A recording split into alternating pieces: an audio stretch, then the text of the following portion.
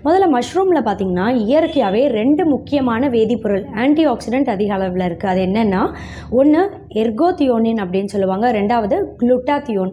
இது 2மே என்ன செய்யும்னு கேட்டிங்கன்னா, மன அழுத்தம் எவ்வளோ ஸ்ட்ரெஸ்ஸு டிப்ரெஷனாக இருந்தாலும் அதை கம்மி பண்ணுறதோட மட்டும் கிடையாது, நம்ம உடம்புல இதெல்லாம் ஆன்டி ஏஜிங்காக செயல்படும்.